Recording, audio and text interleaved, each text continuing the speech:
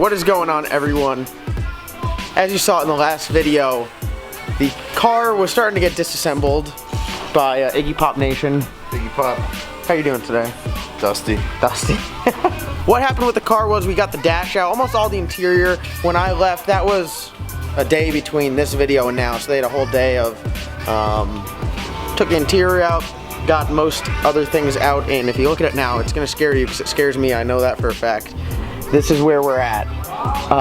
The front half of the cage has been cut out, and the bars that were supplied to us by Rhodes Racing, or Rhodes Race Cars, I think it's Rhodes Racing, they just suck, and they're they're different in diameter, and like one was 093, the other one was like 104 or something, and they're supposed to be 083, I think that's chromoly. So it's pretty weird. They're bent differently. This bar is not, now like once you really look at it, this bar was not bent like perfectly. It had some like goofy bend and it's uneven.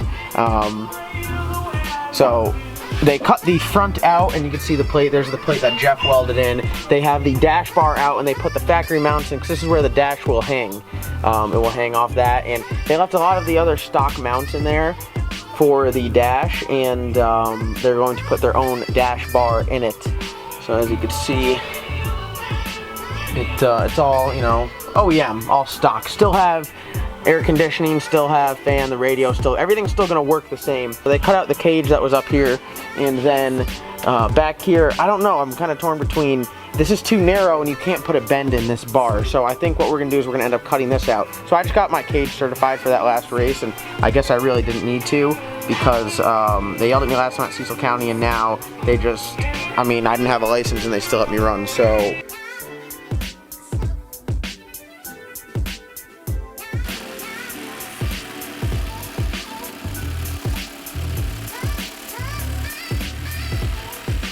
Well, looks like the cage is coming out now. There's no going back. If you could scan back there to the back bars back there. The two bars that plant down in the back.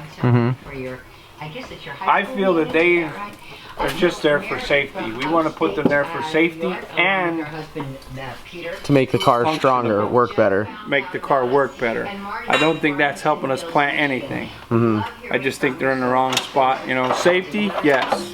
Performance? No.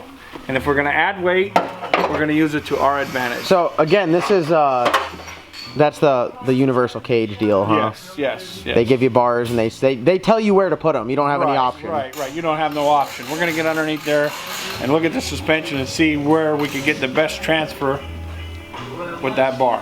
Where would you put them in a 4-link car? In a 4-link car, we tie our bars in pretty much, everything gets tied in where the rear shock mounts are. Okay, and that's our stiffest area in the back of the car, you know. And I assume on an IRS car it won't be too much different, right? Not you want too to put much different. We still want the weight to transfer from here through the cage to the wheels and plant the car, and I don't think we're getting that with what we have here.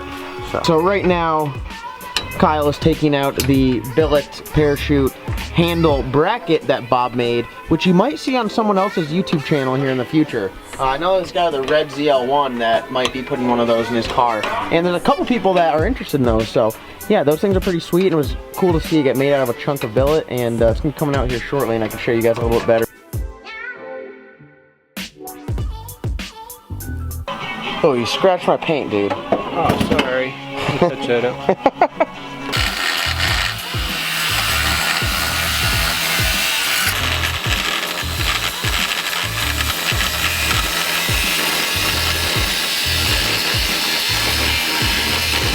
For sale, a pre-certified, pre-bent roll cage.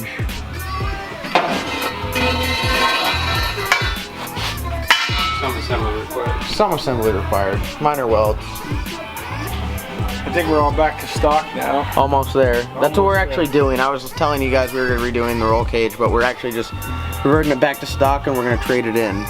So we're almost there. Just a couple more steps, and it's good to go. Nobody will ever know. We're going to go to the underbelly of the cow. It's Bob's first time. You're going to see an IRS. A 9-inch IRS. Have you seen one of those?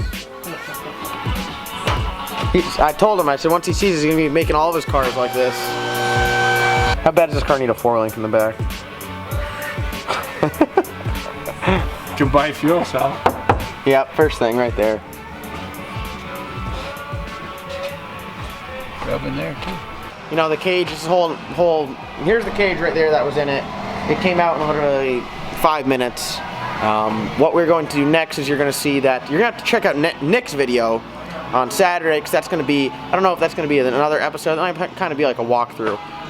So yeah, it'll be like a kind of walk around, but be sure to check out Nick's video that goes up on his channel. See the cage go in. It's big shout out to Coker Chassis for hooking me up like always, RPM Motorsports for making the car fast, McCarthy Tire, and Race Quip. So I want to thank you guys for watching. Like always, comment, like, subscribe, and we'll see you next time.